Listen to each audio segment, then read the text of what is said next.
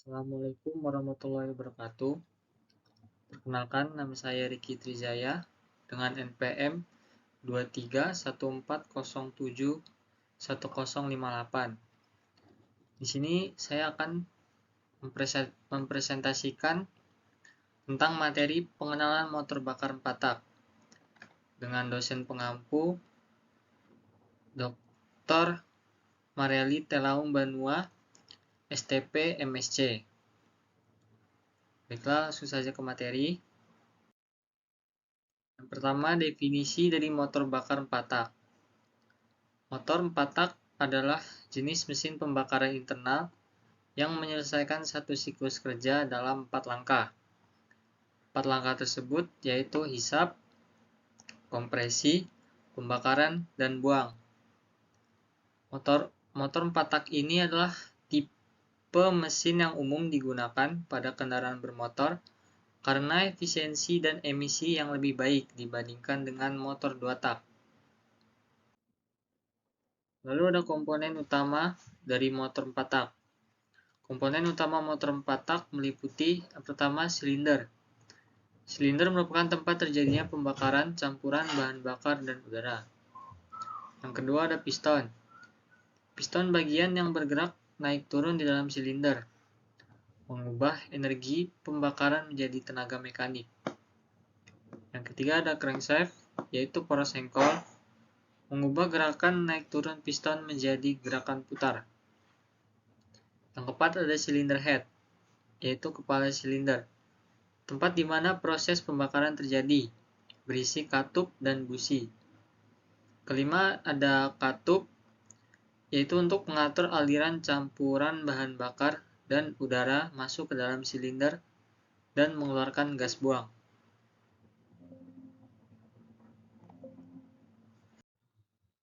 Yang keenam ada camshaft, yaitu untuk mengendalikan gerakan katup dengan mengoperasikan sistem penggerak katup. Yang ketujuh timing belt atau chains, yaitu rantai pengatur waktu, berfungsi untuk menghubungkan camshaft dan crankshaft untuk memastikan katup membuka dan menutup pada waktu yang tepat. Kedelapan ada spark atau busi yang menyulut campuran bahan bakar dan udara dalam silinder. Yang kesembilan ada oil pump atau pompa oli, mengalirkan oli untuk melumasi komponen mesin dan mendinginkannya. Komponen-komponen ini bekerja sama untuk menjalankan siklus 4 tak, menghasilkan tenaga dan menggerakkan kendaraan.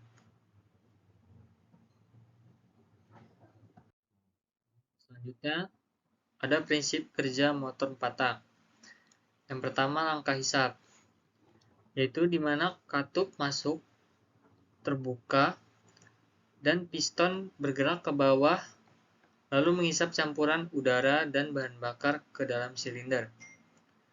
Proses ini mengisi ruang bakar dengan campuran yang diperlukan untuk pembakaran.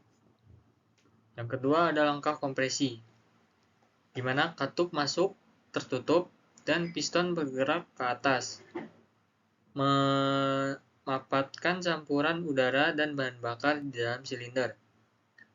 Kompresi ini meningkatkan tekanan dan suhu campuran, mempersiapkannya untuk pembakaran yang lebih efisien. Yang ketiga, langkah pembakaran, di mana saat piston mencapai titik tertinggi, busi menyulut campuran bahan bakar dan udara yang terkompresi menyebabkan pembakaran. Pembakaran ini menghasilkan gas panas yang memperbesar volume dan tekanan untuk mendorong piston turun. Langkah keempat yaitu langkah buang. Setelah piston bergerak turun, katup buang terbuka dan piston bergerak ke atas lagi untuk mengeluarkan gas sisa hasil pembakaran dari silinder. Katup tertutup setelah gas dikeluarkan dan siklus dimulai lagi dari langkah hisap. Keempat langkah ini terjadi dalam satu siklus untuk mengubah energi kimia dari bahan bakar menjadi tenaga mekanik yang menggerakkan kendaraan atau alat. Berikut adalah contoh gambar dari langkah kerja motor bakar 4 tak. Pertama ada intake, yaitu langkah hisap. Kedua ada compression, yaitu langkah tekan. Yang ketiga ada power atau usaha. Yang keempat adalah langkah buang. Selanjutnya ada keunggulan dari motor bakar 4 tak. Motor 4 tak memiliki beberapa keunggulan dibandingkan dengan motor 2 tak.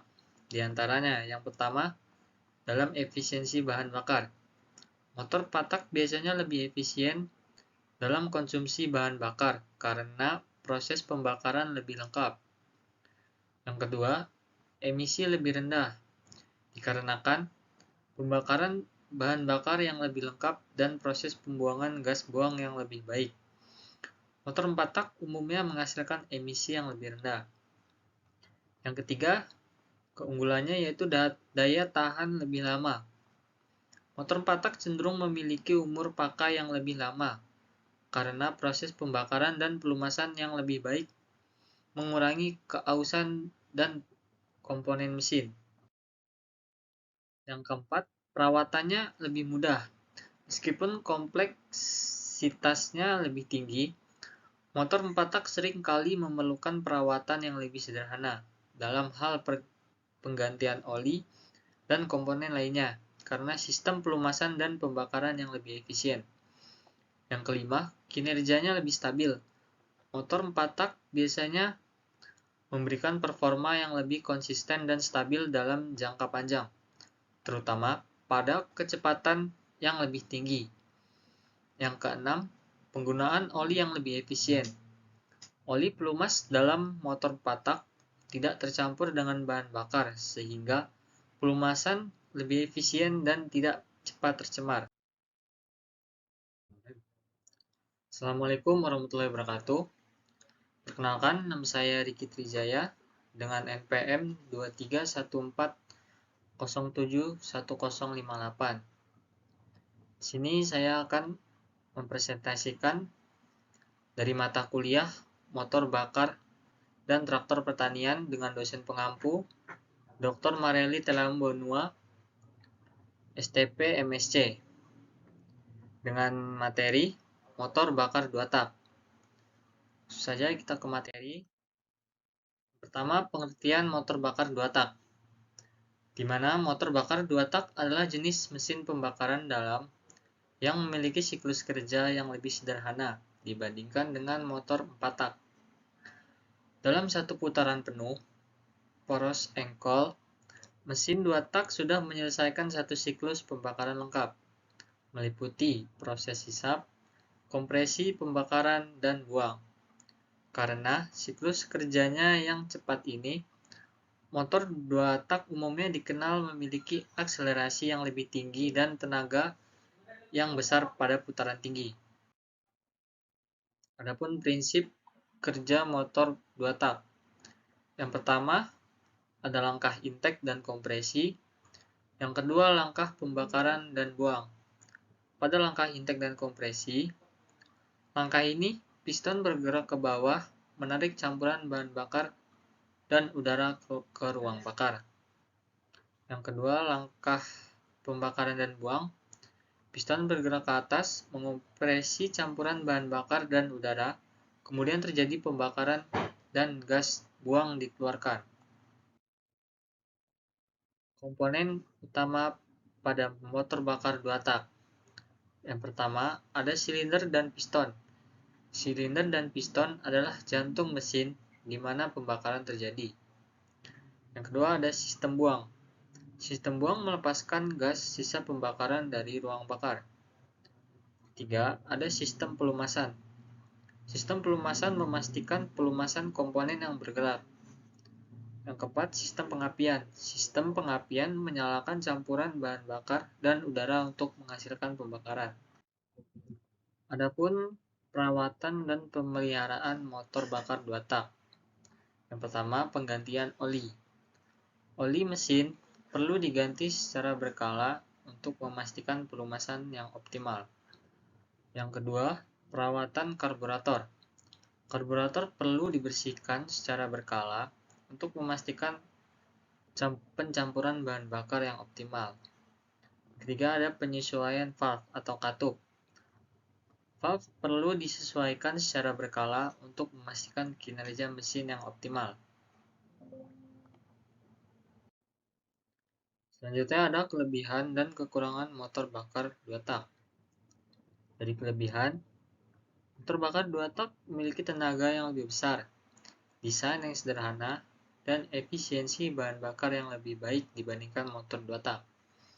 Kekurangannya, emisinya lebih tinggi, pemeliharaannya yang lebih kompleks, dan rentan terhadap kehausan. Adapun aplikasi dan penggunaan pada motor bakar 2 tak.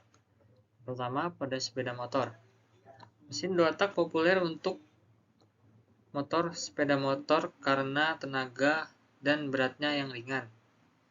Yang kedua, pada alat perkakas. Mesin 2 tak digunakan untuk alat perkakas seperti gergaji mesin, mesin pemotong rumput, dan mesin pemotong kayu.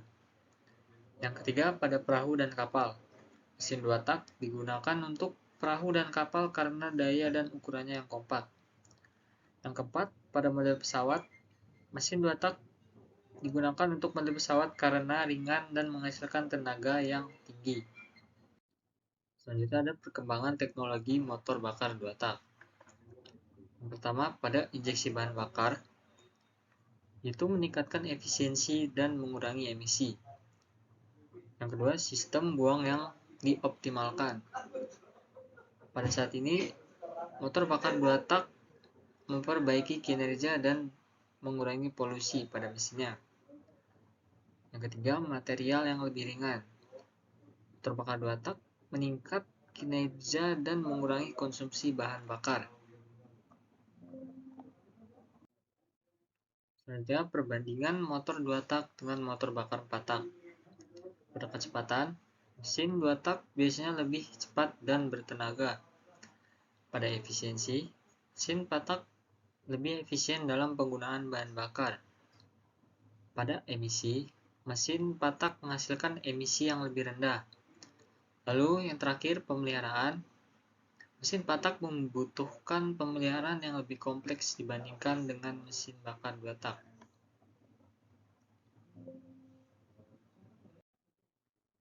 Quote adalah materi yang telah saya paparkan. Terima kasih, mohon maaf bila ada salah kata. Saya akhiri, wassalamualaikum warahmatullahi wabarakatuh. Assalamualaikum warahmatullahi wabarakatuh. Perkenalkan, nama saya Riki Trijaya dengan NPM 2314071058 dari Teknik Pertanian B Angkatan 2023.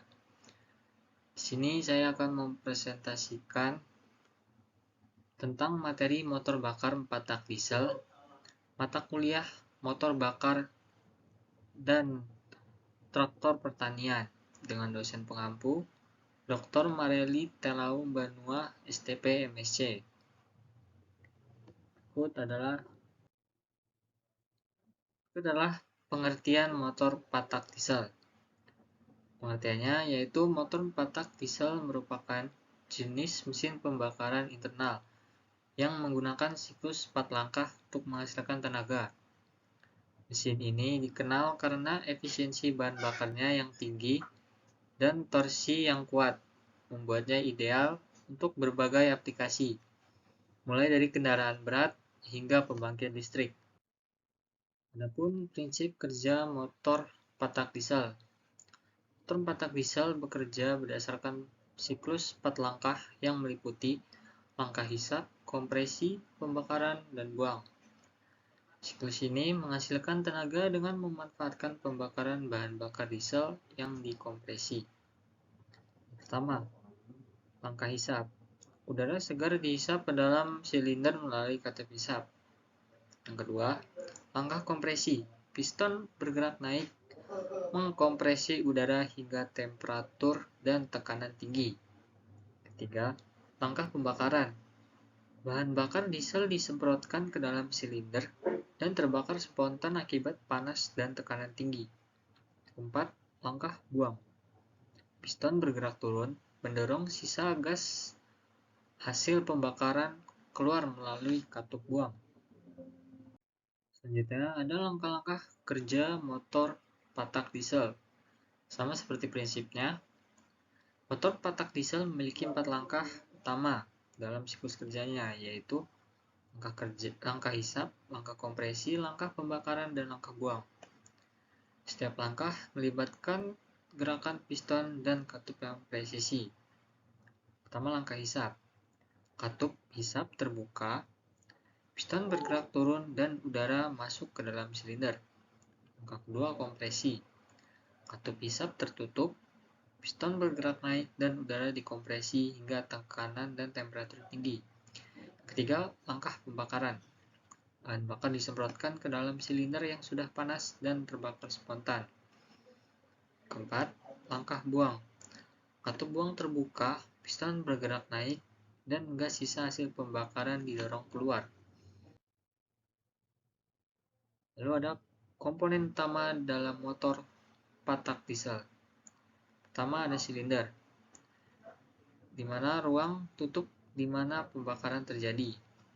Kedua, piston, itu bagian yang bergerak naik turun dalam silinder, mengubah tekanan menjadi gerakan linear. Ketiga, ada katup, komponen yang membuka dan menutup aliran udara dan bahan bakar ke dalam silinder. Keempat, ada crankshaft, yaitu poros yang mengubah gerakan linear piston menjadi gerakan rotasi. Lalu ada keunggulan motor patak diesel. Motor patak diesel menawarkan beberapa keunggulan dibandingkan jenis mesin lainnya, membuatnya menjadi pilihan populer dalam berbagai aplikasi. Pertama, dalam efisiensi bahan bakar. Motor diesel lebih efisien dalam penggunaan bahan bakar dibandingkan dengan mesin bensin, menghasilkan tenaga yang lebih besar dengan bahan bakar yang lebih sedikit. Lalu ada torsi yang tinggi. Mesin diesel menghasilkan torsi yang kuat, cocok untuk aplikasi yang membutuhkan tenaga besar seperti kendaraan berat dan peralatan konstruksi. Lalu ada kekurangan motor patak diesel. Meskipun memiliki banyak keunggulan, motor patak diesel juga memiliki beberapa kekurangan yang perlu dipertimbangkan. Pertama, emisi gas buang diesel. Emisi gas buang motor diesel menghasilkan emisi gas buang yang lebih tinggi dibandingkan dengan mesin bensin, termasuk partikel halus yang berbahaya bagi kesehatan. Lalu ada bising mesin. Diesel cenderung lebih bising daripada mesin bensin yang dapat menjadi masalah di daerah pemukiman. Lalu ada harga lebih tinggi motor diesel. Umumnya lebih mahal dibandingkan mesin bensin, baik dalam pembelian maupun perawatan. Lalu ada pemanasan yang lambat. Motor diesel membutuhkan waktu yang lama untuk mencapai suhu operasinya dibandingkan dengan mesin bensin. Lalu ada pengaplikasian motor patak diesel. Motor patak diesel digunakan secara luas dalam berbagai bidang, memanfaatkan keunggulannya dalam efisiensi dan tenaga. Pertama, pada kendaraan berat seperti truk, bus, dan kendaraan off-road. Kedua, ada kapal laut, seperti kapal kargo, kapal pesiar, dan kapal perang. Ketiga, pada pembangkit listrik. Pembangkit listrik skala besar maupun skala kecil. Yang keempat, pengaplikasian peralatan konstruksi, seperti ekskavator, kren, dan bulldozer kar elektrik. Lalu ada cara perawatan motor patak diesel. Yang pertama, pergantian oli. Pergantian oli secara berkala membantu melumasi bagian-bagian mesin dan mencegah keausan. Yang kedua, pemeriksaan filter. Pemeriksaan dan pergantian filter udara, bahan bakar, dan oli secara rutin membantu menjaga kebersihan mesin. Keempat, pembersihan. Pembersihan komponen secara berkala membantu mencegah penumpukan kotoran dan karat. Yang keempat, ada tuning, yaitu penyetelan mesin secara berkala membantu memastikan performa optimal dan efisiensi bahan bakar.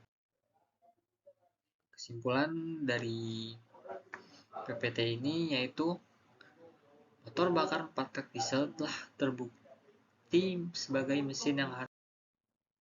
Assalamualaikum warahmatullahi wabarakatuh. Perkenalkan, nama saya Diki Trisaya dengan NPM 2314071058 dari Teknik Pertanian B angkatan 2023.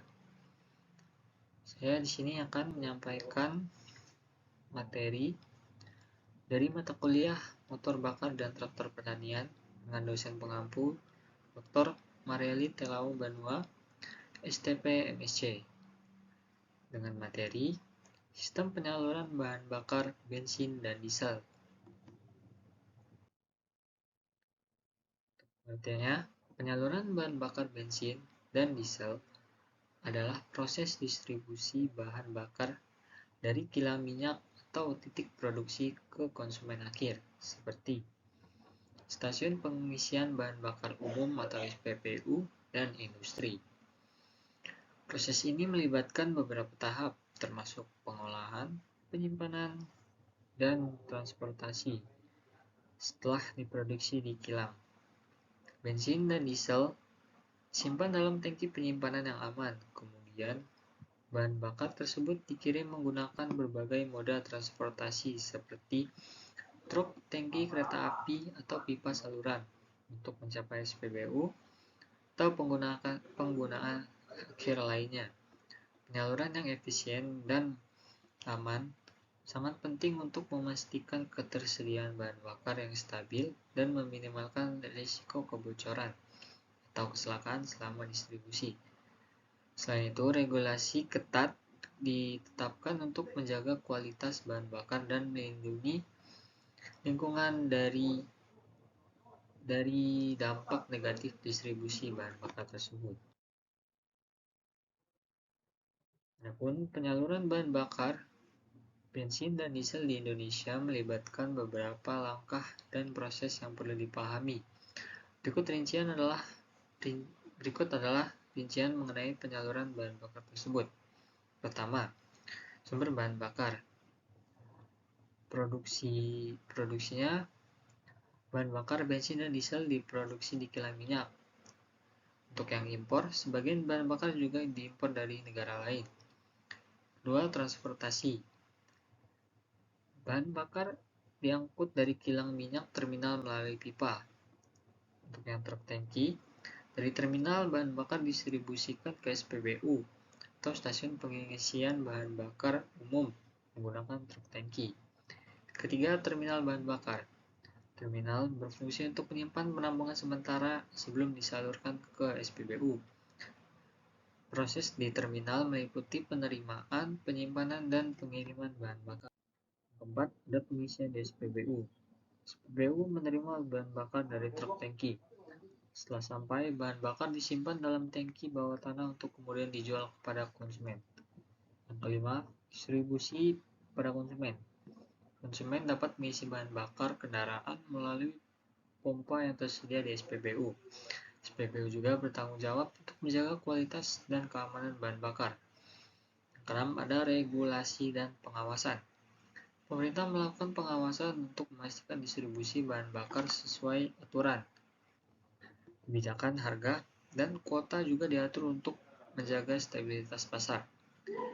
7. Ada kualitas bahan bakar. Bahan bakar yang disalurkan harus memenuhi standar kualitas yang ditetapkan oleh pemerintah. Pengujian berkala dilakukan untuk memastikan tidak ada pencampuran dengan zat lain. Dengan memahami proses ini, kita lebih menghargai sistem penyaluran bahan bakar yang pentingnya regulasi untuk menjaga ketersediaan dan kualitas bahan bakar di Indonesia. Selanjutnya, produksi bahan bakar, pengolahan minyak mentah. Minyak mentah yang diambil dari ladang minyak diolah di kilang untuk kemudian menghasilkan bensin dan diesel melalui proses penyulingan dan pengolahan lanjutan, kualitas dan standarisasi. Produk akhir harus memenuhi standar kualitas yang ditetapkan oleh pemerintah. Yang kedua, transportasi ke terminal, penggunaan pipa. Bahan bakar diangkut dari kilang ke terminal melalui sistem pipa untuk mengurangi biaya dan waktu. Pengiriman menggunakan truk. Jika jarak jauh atau untuk pengiriman khusus, truk tangki digunakan untuk membawa bahan bakar ke lokasi terminal. Ketiga, terminal bahan bakar. Penerimaan. Bahan bakar yang telah sampai di terminal dicatat dan diperiksa untuk memastikan jumlah bahan bakar. Penyimpanan. Terminal memiliki tangki penyimpanan yang dirancang untuk menjaga kualitas. Distribusi ke SPBU dari terminal. Bahan bakar didistribusikan ke SPBU menggunakan truk tangki. Yang keempat, SPBU atau stasiun pengisian bahan bakar umum. Penerimaan bahan bakar. Truk tangki mengisi bahan bakar ke dalam tangki bawah tanah di SPBU. Pengisian untuk konsumen. Konsumen dapat mengisi bahan bakar kendaraan mereka melalui pompa yang tersedia. Ada pengawasan kualitas. SPBU harus menjaga kualitas bahan bakar dan melakukan pengujian secara berkala. Kelima, ada pengawasan dan regulasi. Regulasi pemerintah. Pemerintah mengatur harga, kuota, dan kualitas bahan bakar untuk memastikan ketersediaan dan keadilan dalam distribusi. Pengawasan. Badan pengawas melakukan inspeksi rutin untuk memastikan semua tahapan penyaluran memenuhi standar. Yang keenam, ada pelayanan pelanggan. Informasi dan layanan SPBU menyediakan informasi harga dan promosi, serta layanan tambahan seperti minimarket dan layanan cuci mobil. 7. Sistem keamanan. Keselamatan. Proses penyaluran harus memenuhi protokol keselamatan untuk mencegah kebakaran atau kecelakaan. Lalu ada manajemen limbah. Limbah dan sisa bahan bakar dikelola dengan baik untuk menghindari pencemaran. Adapun kelebihan. Kelebihan dari penyaluran bahan bakar bensin dan diesel memiliki beberapa kelebihan yang penting untuk mendukung kebutuhan energi dan transportasi. Pertama, bensin dan diesel tersedia secara luas. Assalamualaikum warahmatullahi wabarakatuh. Perkenalkan, nama saya Riki Trijaya dengan NPM 2314071058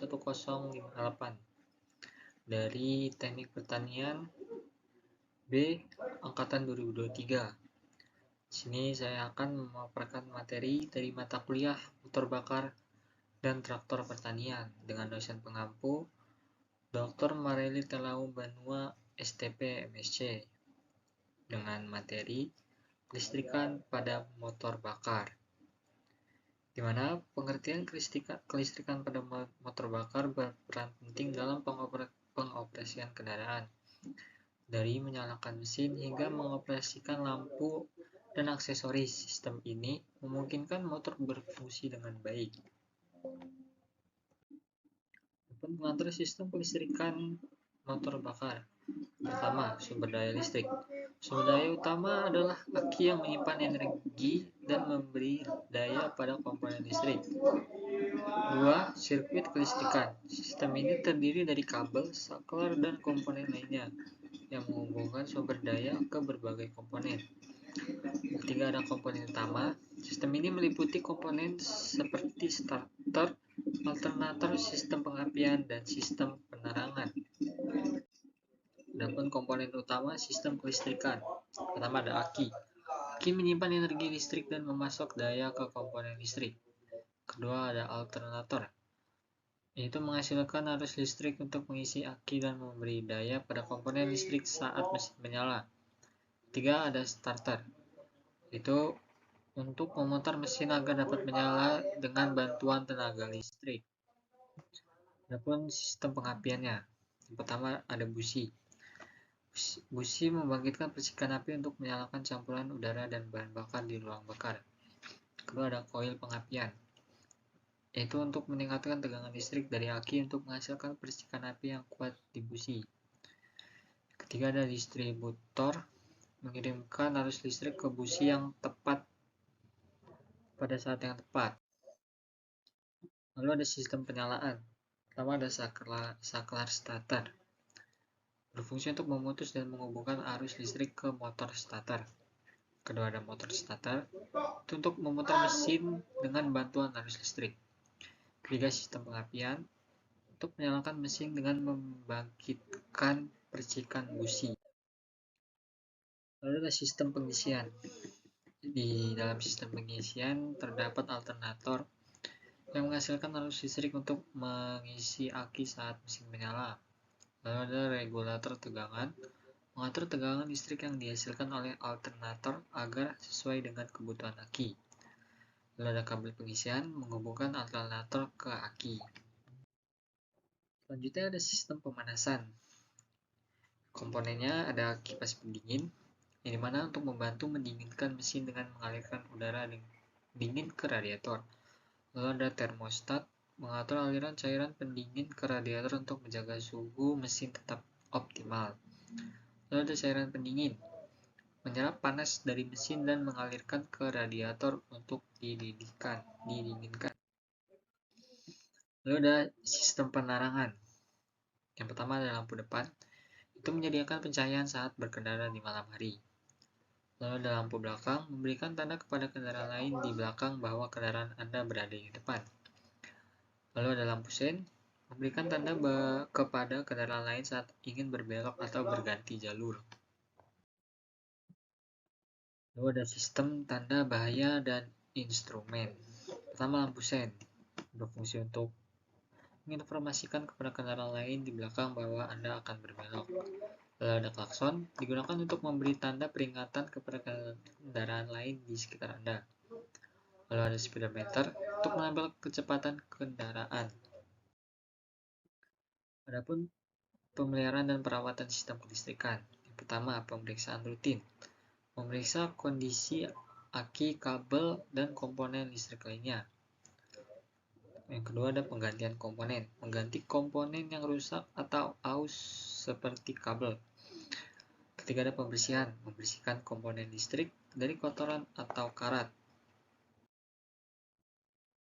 Nah, itu saja pemaparan materi dari sistem kelistrikan dari saya. Mohon maaf bila ada salah kata. Sekian, terima kasih. Assalamualaikum warahmatullahi wabarakatuh. Perkenalkan, nama saya Riki Trijaya dengan NPM 2314071058. Jadi saya di sini akan memaparkan materi tentang sistem pendinginan pada motor bakar. Pada mata kuliah motor bakar dan traktor pertanian dengan dosen pengampu Dr. Mareli Telau Banua, STP MSc.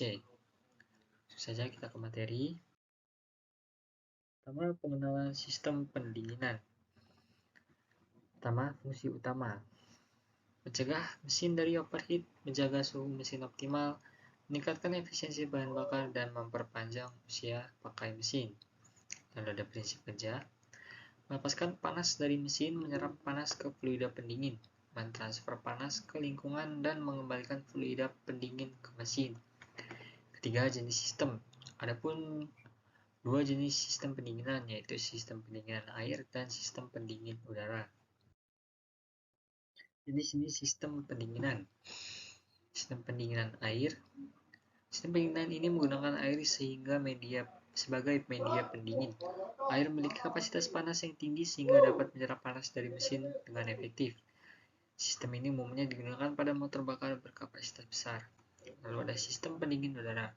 Sistem ini menggunakan udara sebagai media pendingin. Udara dialirkan di sekitar mesin untuk menyerap panas. Sistem ini lebih sederhana dan lebih murah dibandingkan sistem pendingin yang kurang efektif dan kurang menyerap panas. Pertama, ada sistem pendingin. Adapun komponen dari sistem pendingin air.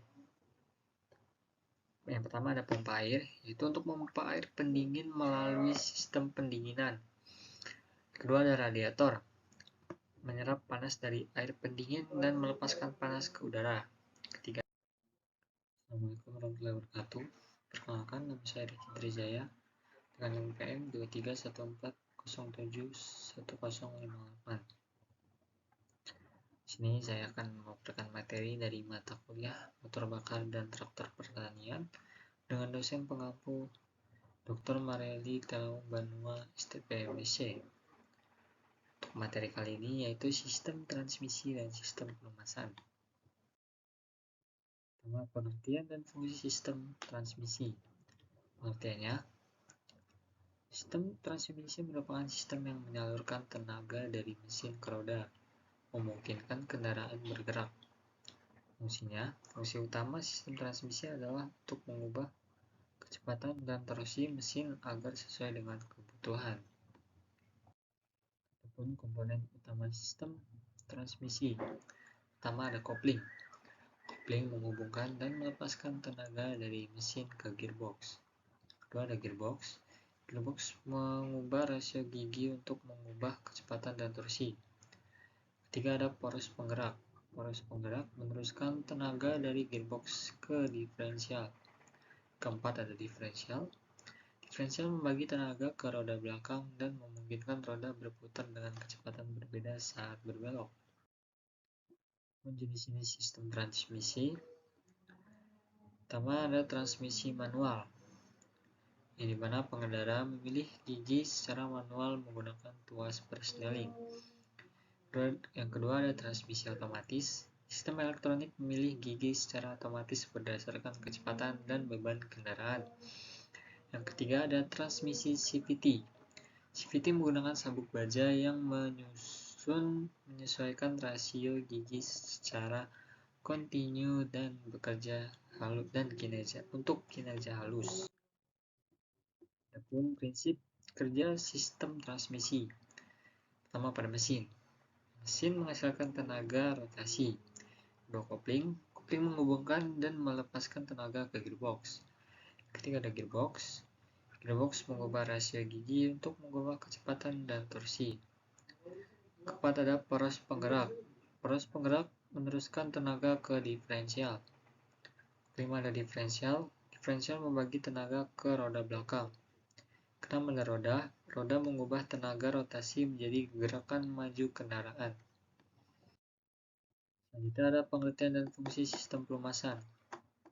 Dapat pengertiannya, sistem pelumasan adalah sistem yang menyediakan pelumas oli untuk komponen mesin. Fungsinya untuk sistem pelumasan mengurangi gesekan antara kopling mesin, mencegah kehausan dan menjaga suhu tetap stabil. Adapun komponen utama sistem pelumasan. Pertama, ada pompa oli dan berfungsi untuk memompa oli ke seluruh komponen mesin. Yang kedua ada filter oli, menyaring kotoran dan partikel di dalam oli. Ketiga ada saluran oli, menyalurkan oli ke bagian-bagian mesin yang membutuhkan pelumas. Jenis-jenis sistem pelumasan. Yang pertama, pelumasan cipratan. Oli disemprotkan ke komponen mesin melalui cipratan putaran poros engkol. Kedua, pelumasan tekanan. Oli didorong dengan tekanan dari pompa oli ke komponen mesin. Ketiga, ada pelumasan gabungan. Sistem kombinasi antara pelumasan cipratan dan tekanan memberikan pelumasan yang optimal. Adapun prinsip kerja sistem pelumasan. Yang pertama, pompa oli. Pompa oli mengisap dari bak oli dan mendorongnya ke seluruh sistem. Yang kedua ada filter oli. Oli melewati filter oli untuk membersihkan kotoran dan partikel. Yang ketiga ada saluran oli. Oli dialirkan melalui saluran oli ke komponen mesin yang membutuhkan pelumasan. Lalu ada cara pembayaran dan perawatan sistem transmisi dan pelumasan. Yang pertama, pergantian oli. Ganti oli secara teratur sesuai dengan rekomendasi pabrikan. Kedua ada perawatan transmisi. Pastikan transmisi berfungsi dengan baik dan tidak mengalami kebocoran. Ketiga ada pemeriksaan filter. Ganti filter oli secara berkala untuk menjaga kebersihan oli. Yang keempat ada suhu mesin.